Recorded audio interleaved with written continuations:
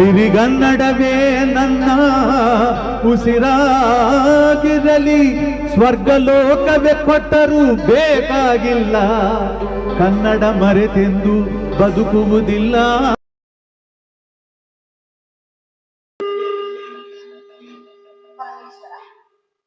ನಿಮ್ಮ ಮಾಯ ನಾಟಕವನ್ನು ತಿಳಿಸಲು ಯಾರಿಗೆ ತಾನೇ ಸಾಧ್ಯ? ಅದರಲ್ಲೂ ನಿಮಗೆ ನಟ ಶೇಖರನಿಂದ ಹೆಸರು ಪಡೆದಿರಲಿಲ್ಲ. ದೇವಿ, ಲೋಕಮಾನ್ಯಳಾದ ನಿನಗೆ ತಿಳಿಯದ ವಿಚಾರವು ಏನಿದೆ ದೇವಿ? ಎಷ್ಟಾದರೂ ನೀವು ಲೋಕಪೂಜ್ಯರಲ್ಲವೇ? ನಿಮಗೆ ತಿಳಿಯದಂತೆ ಲೋಕಪೂಜ್ಯನು ನಾನಾದರೆ ಲೋಕಪೂಜ್ಯಳು ನೀನಾಗಲಿಲ್ಲವೇ? ಅಲ್ಲ ದೇವಿ, ಜನರು ನನ್ನೊಬ್ಬನನ್ನು ಮಾತ್ರ ದೇವನೆಂದು ಪೂಜಿಸುತ್ತಾರೆ ಎಂದು ಭಾವಿಸಿದೆಯಾ? ನಮ್ಮಿಬ್ಬರನ್ನು ಕೂಡ ದೇವರೆಂದು ಪೂಜಿಸುತ್ತಾರೆ. ಇದನ್ನು ತಿಳಿಸಿದರೆ ನಿನಗೆ ಕೋಪವೇ? ಲೋಕದ ಜನರು ಜಗದಾಂಬೆ ಎಂದು ಕೊಂಡಾಡುವಾಗ ನಮ್ಮಿಬ್ಬರ ಖ್ಯಾತಿ ಒಂದೇ ಅಲ್ಲವೇ ದೇವಿ?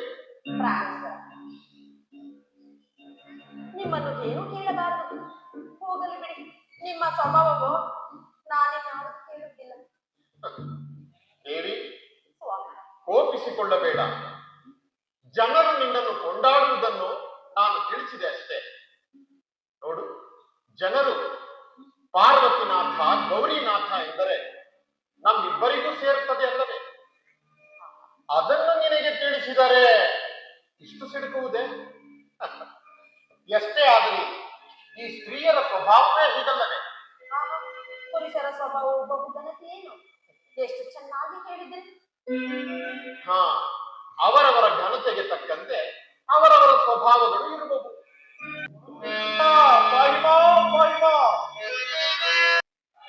ಗಂಧರ್ವರಾಜ, ಹೇಳು, ನಿನಗೆ ಬಂದಿರುವ ಆಪತ್ತಾದರೂ ಏನು?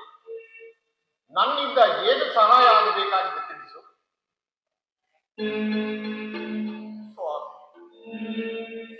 ನನ್ನ ಸಂಕಷ್ಟಗಳಿಗೆ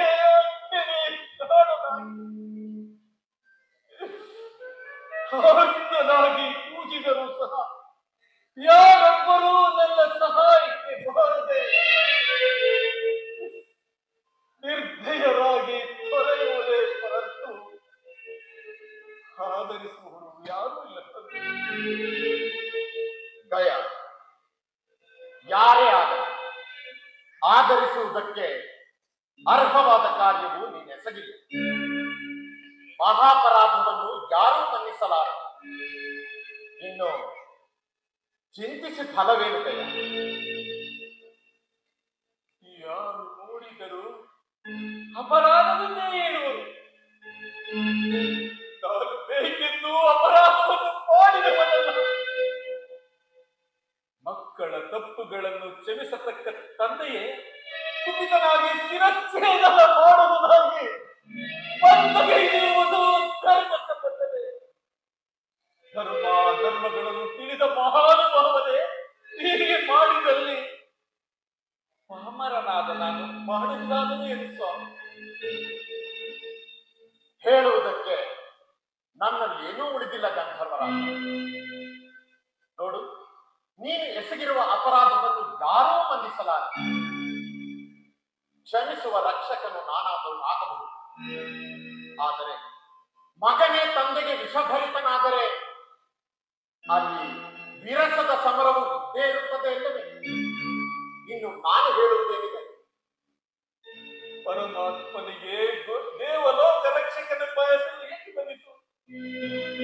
ಸಕಲ ಜೀವಿಗಳನ್ನು ಆಧಾರನಾಗಿ ಪಾಲಿಸುವುದರಿಂದಾದ ತಾನೇ ಹೀಗಿರುವಾಗ ನ್ಯಾಯಗಳನ್ನು ಪರಿಶೀಲಿಸದೆ ಪರಮಾತ್ಮನು ಮುರಿದನು. ಆಗಲಿ ದೇವ, ಆಗಲಿ. ಇನ್ನು ನಮ್ಮ ದೈವ ಚಿತ್ತವಿದ್ದಂತಾಗಲಿ.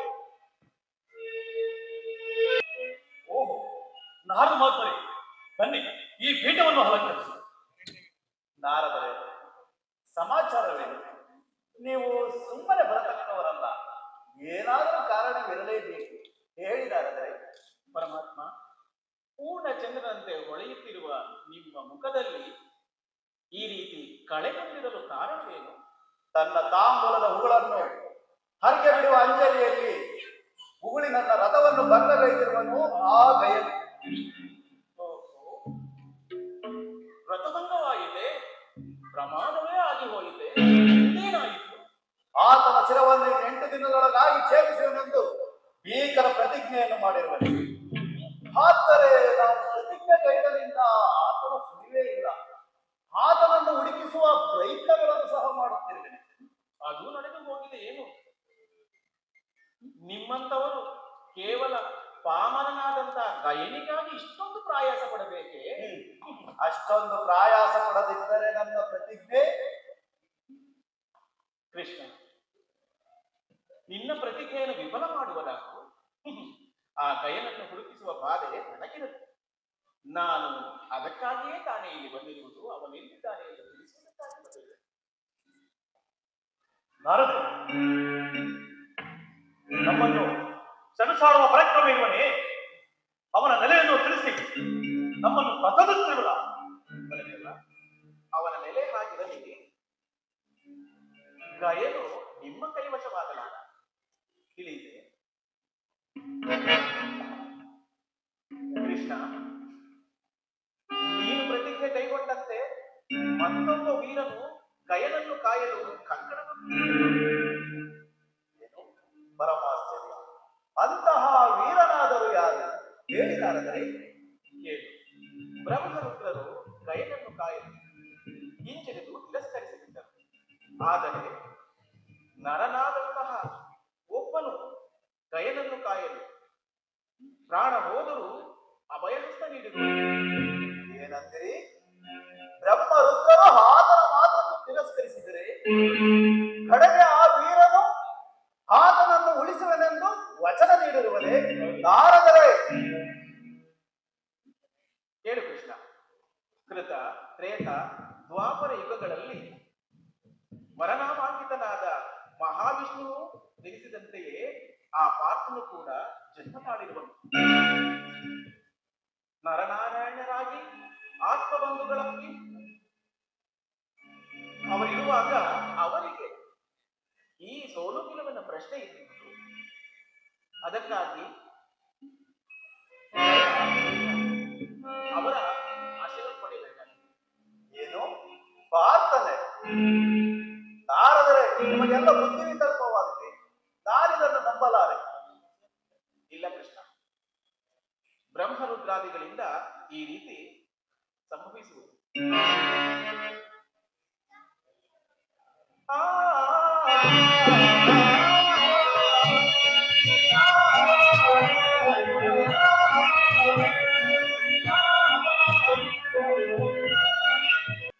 ಶ್ರೀಕೃಷ್ಣ ಪರಮಾತ್ಮನ ದಯೆಯಿಂದ ಇಲ್ಲಿ 10 ವರ್ಷ ವನವಾಸ ಮುಗಿಯಿತು. ಈ ಅರಣ್ಯವಾಸವು ಇನ್ನೂ 1 ವರ್ಷ ಉಳಿದಿರುವುದು. ಆದರೆ ನಂದನಂದನನ ದಯೆಯಿಂದ ಅರಣ್ಯವಾಸವನ್ನು ಅಜ್ಞಾತವಾಸವನ್ನು ಇನ್ನು ಆ ದಯಮಯನಾದ ದೇವಿಕಿ ನಂದನನ್ನು ಹೇಗೆ ಪಾಲು ಮಾಡುವನೋ ನೋಡ. ಇದು ನಮಸ್ಕರಿಸಿ ವಿಜಯ ಭವ ಅರ್ಜುನ. ಪಾರ್ಥ, ಈ ದಿನ ನಿನ್ನ ಮಗುವು ಮಾಡಲು ಕಾರಣವೇನು ಸಹೋದರ? ಏನೆಂದು ಕೇಳಿದೆ. ಈ ದಿನ ನಾನೊಂದು ಅಘೋರವಾದ ವಿಚಾರಕ್ಕೆ ಸಿಲುಕಿ ಮರುಳಾದ ವಿಚಾರವನ್ನು ನಿಮ್ಮೊಡನೆ ಹೇಗೆ ನೀನು ಮರುಳಾದ ವಿಚಾರ ಅದೇನೆಂಬುದನ್ನು ಸವಿಸ್ತರವಾಗಿ ತಿಳಿಸು. ಅಗ್ರಜ,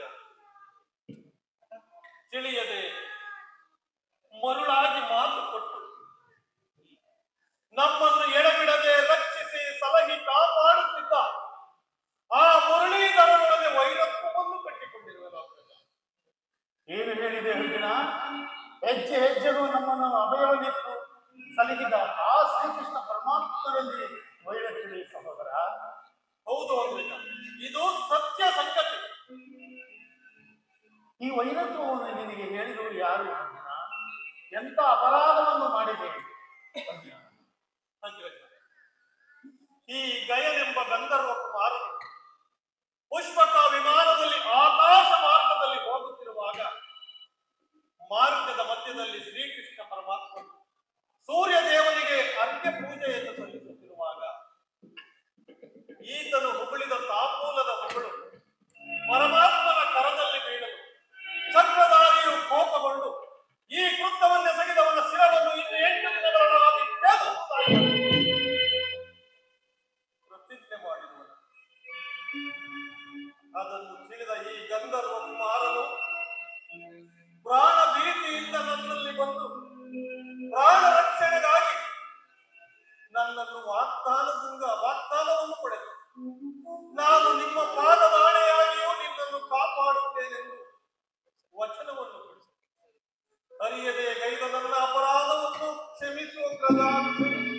ಅದು ಅಕ್ರೂರನು ಇತ್ತಲೇ ಬರುತ್ತಿದ್ದರು.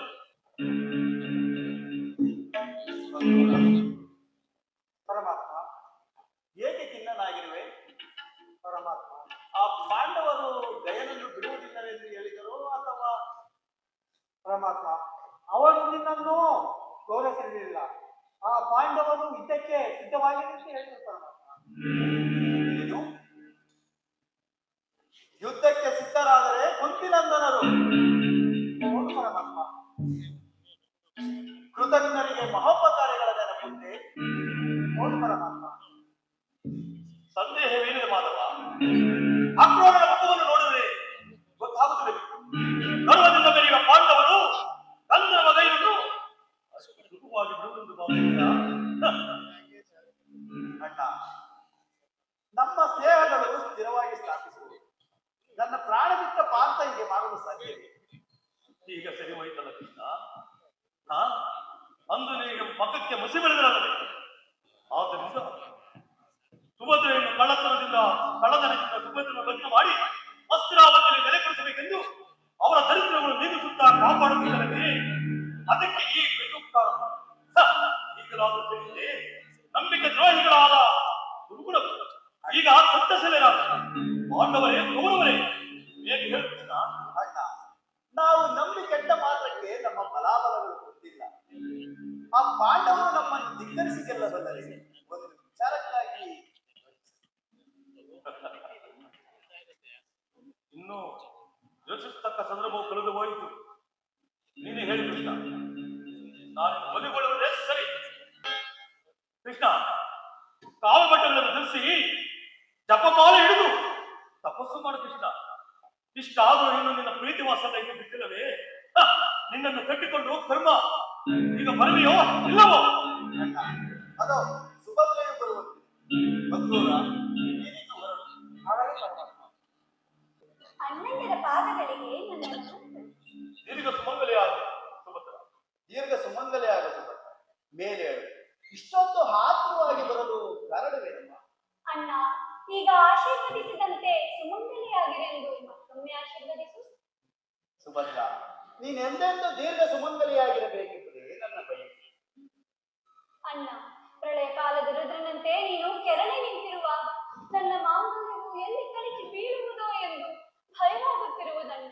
ನನಗೆ ಪತಿ ಭಿಕ್ಷೆ ನೀಡಿ ನನ್ನನ್ನು ಕಾಪಾಡಣ್ಣ. ಸಹೋದರಿ, ನಾವಾಗಿ ಯುದ್ಧವನ್ನು ಹೂಡಿಲ್ಲವಮ್ಮ. ಪರಾಕ್ರಮಶಾಲಿಯಾದ ನಿನ್ನ ಪತಿಯು ಕಾಲ್ಕೆರೆದು ನಿಂತಿರುವಾಗ ನಾನಾಗಿ ಯುದ್ಧವನ್ನು ಹೂಡಿಲ್ಲವಮ್ಮ. ಹೋಗಲಿ, ನೀನಾದರೂ ಸ್ವಲ್ಪ ಬುದ್ಧಿ ಹೇಳಬಾರದ ಸುಭದ್ರ? ಅಣ್ಣ, ಶರಣಾಗತರನ್ನು ಕಾಪಾಡುವುದು ಕ್ಷತ್ರಿಯ ಧರ್ಮವಾಗಿರುವಾಗ ನಾನು ಏನೇನು ಹೇಳಲಿ ಅಣ್ಣ? ಸಹೋದರಿ, ನಿನ್ನ ಪತಿಗೆ ವಿರುದ್ಧವಾಗಿ ನುಡಿಯಲಾಗದೆ ರಾಯಭಾರಿಯಾಗಿ ಬಂದಿರುವೆಯಾ?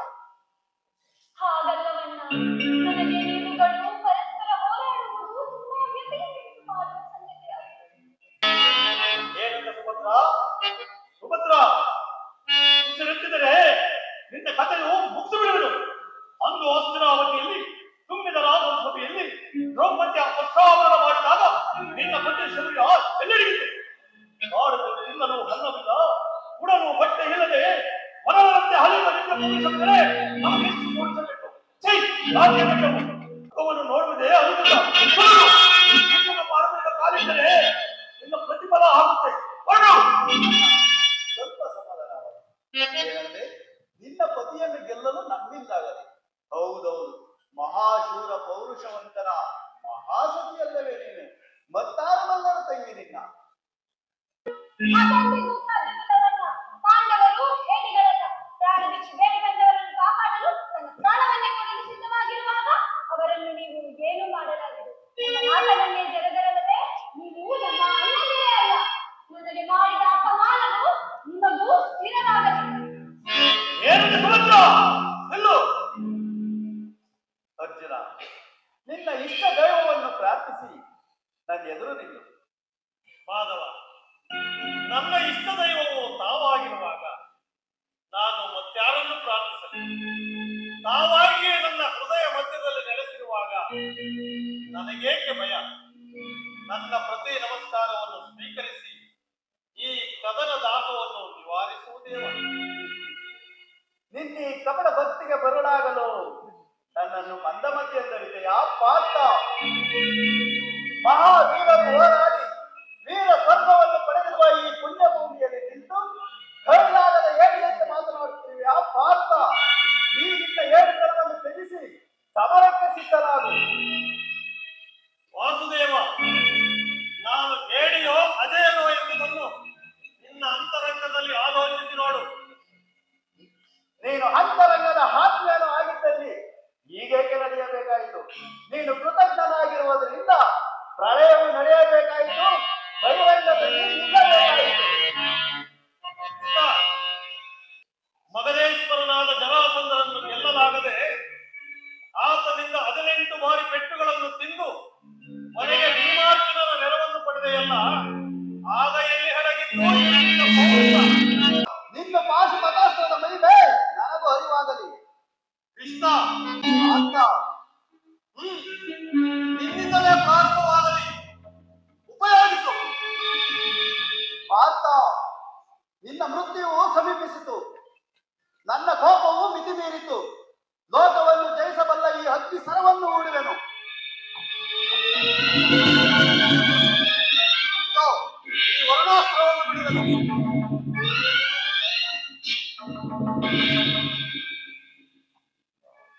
ವಾಸುದೇವ, ನೀನು ಹೂಡಿರುವ ಬಾಣಗಳೆಲ್ಲವನ್ನು ಉರುಗಾಸ್ತ್ರದಿಂದ ವ್ಯರ್ಥಗೊಳಿಸುವೆನು. ಈಗ ನಿನ್ನಲ್ಲಿ ಉಳಿದಿರುವುದೆಂದರೆ ಸುದರ್ಶನ ಚಕ್ರವೊಂದೇ. ಅದನ್ನು ಪ್ರಾರಂಭಿಸು. ಧೈರ್ಯದಿಂದ ಹೆದರಿಸುತ್ತೇನೆ. ನಾನು ಪ್ರಯೋಗಿಸುವ ಬಾಣಗಳೆಲ್ಲವನ್ನು ಲೆಕ್ಕಿಸದೆ ವ್ಯರ್ಥಗೊಳಿಸುತ್ತಿರುವನಲ್ಲ, ಈಗ ಯಾವ ಉಪಾಯವನ್ನು ಮಾಡಲಿ? ನನ್ನ ಸುದರ್ಶನದಿಂದ ಸೂರ್ಯದೇವನಿಗೆ ಮರೆ ಮಾಡಿ ಕತ್ತಲು ಹಾವರಿಸುವಂತೆ ಮಾಡುವೆನು. ಕತ್ತಲು ಹಾವರಿಸಿದೊಡನೆ ವಾಯುಸರವನ್ನು ಹೂಡಿ ಆ ಗಯನ ಶಿರವನ್ನು ಛೇದಿಸುವೆನು.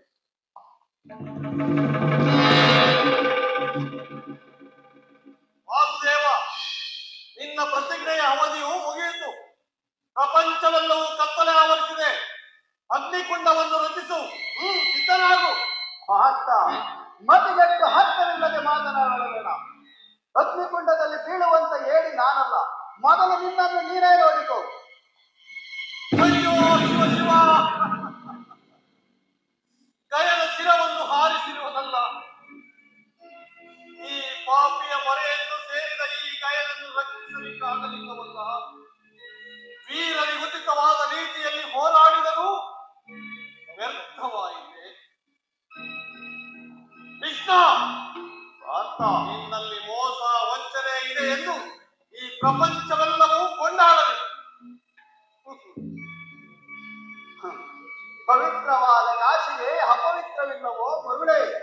ಹಾಗೆ ನನ್ನ ಭಾಷೆಗೆ ಎರಡಿಲ್ಲ. ನಾನು ಮಾಡಿದ ಪ್ರತಿಜ್ಞೆಯನ್ನು ಪೂರೈಸಿರುವೆನು. ಅಚ್ಯುತ, ನಿನ್ನ ಉಚ್ಚತನವನ್ನು ಬಿಟ್ಟು ಮೊದಲು ಗಯತಿಗೆ ಪ್ರಾಣದಾನ ಮಾಡು. ಇಲ್ಲವಾದರೆ ನಿನ್ನನ್ನು ಛೇದಿಸಿಬಿಡುವೆನು. ಇದು ಶಕ್ತಿ ದೇವತೆಯಿಂದ ಪಡೆದ ಶಕ್ತಿ ಸರವನ್ನು ಬಿಡುವೆನು. ಇದನ್ನು ಹೆದರಿಸು.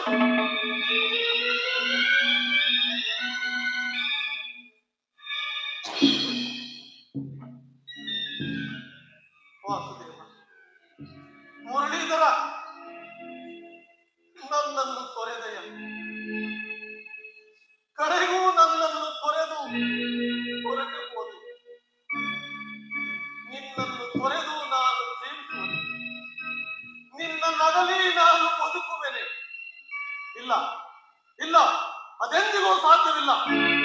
ಇದು ಈ ಖಡ್ಗದಿಂದ ನನ್ನ ಶಿರಚ್ಛೇದನ ಮಾಡಿಕೊಂಡು ನಾನು ಅಗ್ನಿಯಲ್ಲಿ ದಹಿಸಿ ನಾನು ನಿನ್ನನ್ನೇ ಸೇರುವೆನು.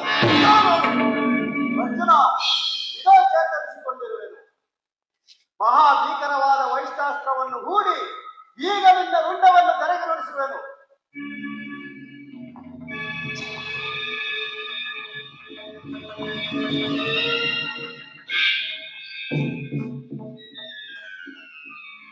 ಅರ್ಜುನ, ಅರ್ಜುನ, ಪಾರ್ಥ, ನನ್ನ ಶರಾಘಾತವನ್ನು ತಾಳಲಾರದೆ ಧರೆಗುರುಳಿದೆಯಾ? ಭಾವ, ಭಾವ, ಈ ಪ್ರಪಂಚವೇ ನಮ್ಮಿಬ್ಬರ ಜೀವ ಒಂದೇ ಎಂದು ಹೊಗಳುತ್ತಿರುವಾಗ ನೀನಿಲ್ಲದೆ ನಾನು ಜೀವಿಸಲಾರೆ. ಇನ್ನು ಚಿಂತಿಸಿ ಫಲವಿಲ್ಲ, ಇನ್ನು ಚಿಂತಿಸಿ ಫಲವಿಲ್ಲ. ಈ ಅರ್ಜುನನ ಶಿರಸ್ಸನ್ನು ನಾನು ಸಹ ಅಗ್ನಿಯಲ್ಲಿ ಮಿಲನವಾಗುವೆನು.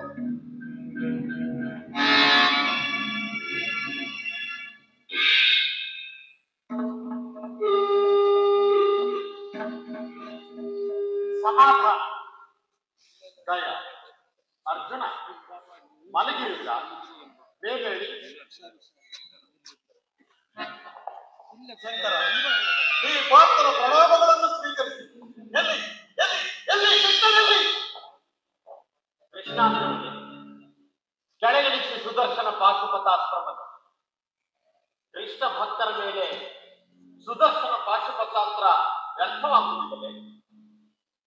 ಅರ್ಜುನ, ಇದೇ ನರನಾರಾಯಣನೇ, ಪಾಶುಪತಾಸ್ತ್ರವನ್ನು ಹೋಗಿ ಹೋಗಿ ಕೃಷ್ಣ ಭಕ್ತರ ಮೇಲೆ ಪ್ರಯೋಗಿಸುತ್ತದೆ. ಶಾಂತನಾದ ಪಾತ್ರ. ಪಾಶುಪತಾಸ್ತ್ರ ಭಗವಂತನನ್ನು ಬಲಿಗೊಳ್ಳುವುದೇ ಅದೆಂದಿಗೂ ಸಾಧ್ಯವಿಲ್ಲ. ಶಂಕರ, ನನ್ನ ಪ್ರತಿಜ್ಞೆಗೆ ಅಡ್ಡಿಯಾದರೆ ನಾನು ಸಹಿಸಲಾರೆ. ದಯನ ಶಿರಚ್ಛೇದನವಾಗಲೇಬೇಕು. ಸಾಧ್ಯವಿಲ್ಲ ಮಹೇಂದ್ರ.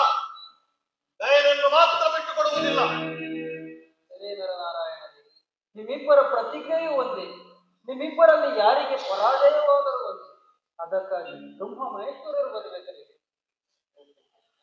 ಭಲೆ ಭಲೆ ಅರ್ಜುನ, ರಣಭೂಮಿಯಲ್ಲಿ ನೀನು ಸುದರ್ಶನನ್ನೇ ಮೆಚ್ಚಿಸಿರುವೆ. ನಿನ್ನನ್ನು ಹೊಗಳಬೇಕಾದ್ದೆ. ಪರಮಾತ್ಮ, ಇದೆಲ್ಲವೂ ಆ ದಯಾಮಯನ ಲೀಲೆಯಲ್ಲವೇ?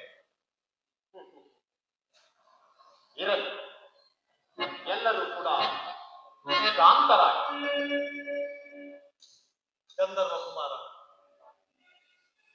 ತ್ರಿಮೂರ್ತಿ ಸ್ವರೂಪರಾದ ಶ್ರೀಕೃಷ್ಣ ಪರಮಾತ್ಮನನ್ನು ಪ್ರಾರ್ಥಿಸಿ ನಮ್ಮ ಅಪರಾಧಕ್ಕೆ ಕ್ಷಮೆಯನ್ನು ನೀಡುವ. ಇನ್ನು ನಿಮ್ಮಿಬ್ಬರ ಕಲಹವು ಇಂದಿಗೆ ಮುಕ್ತಾಯವಾಯಿತು. ನಿಮ್ಮ ದ್ವೇಷವೂ ಕೂಡ ಅಂತ್ಯವಾಯಿತು. ಪರಸ್ಪರ ಇಬ್ಬರು ಆನಂದಿಸಿ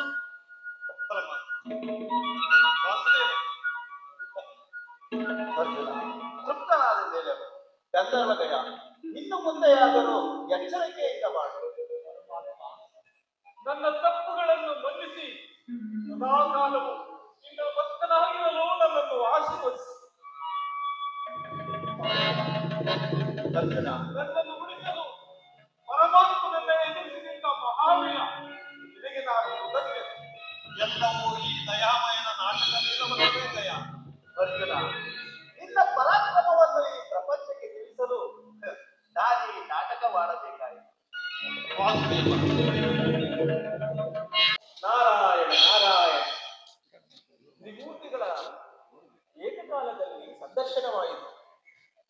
ಬ್ರಹ್ಮ ವಿಷ್ಣು ಮಹೇಶ್ವರರ ಪಾದಗಳಿಗೆ ಅನಂತ ಧನ್ಯವಾದಗಳು, ವಂದನೆಗಳು. ಭಕ್ತಿ ಶಕ್ತಿಗಳ ಮಹಿಮೆಯ ನಮ್ಮೆಲ್ಲರನ್ನೂ ಭೂಲೋಕಕ್ಕೆ ಬರುವಂತೆ ಮಾಡಿದ ಕಲಹದ ನಾಟಕವನ್ನು ಹೇಳಬೇಕಾದದ್ದೇ ಸರಿ. ನಾರಾಯಣ ನಾರಾಯಣ. ಅಯ್ಯ ನಾರದ ಮಹಾಶಯನೇ, ಇನ್ನು ನಿನ್ನ ಕಲಹದ ನಾಟಕವು ಸ್ವಲ್ಪ ಕಾಲ ಶಾಂತವಾಗಲಿ. ತಿಳಿಯುತ್ತೆ? ತ್ರಿಮೂರ್ತಿಗಳಿಗೆ ವಂದನೆಗಳು. ತಮ್ಮ ದರ್ಶನ ಭಾಗ್ಯವನ್ನು ಪಡೆದಂತಹ ನಾವೆಲ್ಲರೂ ಧನ್ಯರೇ. ನಾವೆಲ್ಲರೂ ಒಟ್ಟಾಗಿ ಸೇರಿ ತ್ರಿಮೂರ್ತಿಗಳಿಗೆ ಮಂಗಳವನ್ನು ಮಾಡೋಣ. ನವ ಜಲರುಹಲೋಚನ ಭುವನ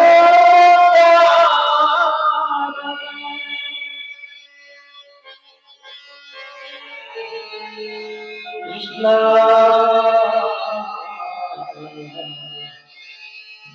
ಭವಭಯ ಪಂಚಕ ಭವಭಯ ಕಾಮಯ ಸಿಂಧುವೇ ಮಂಗಳ ರೂಪನೆ ದೇವ ಕೃಷ್ಣ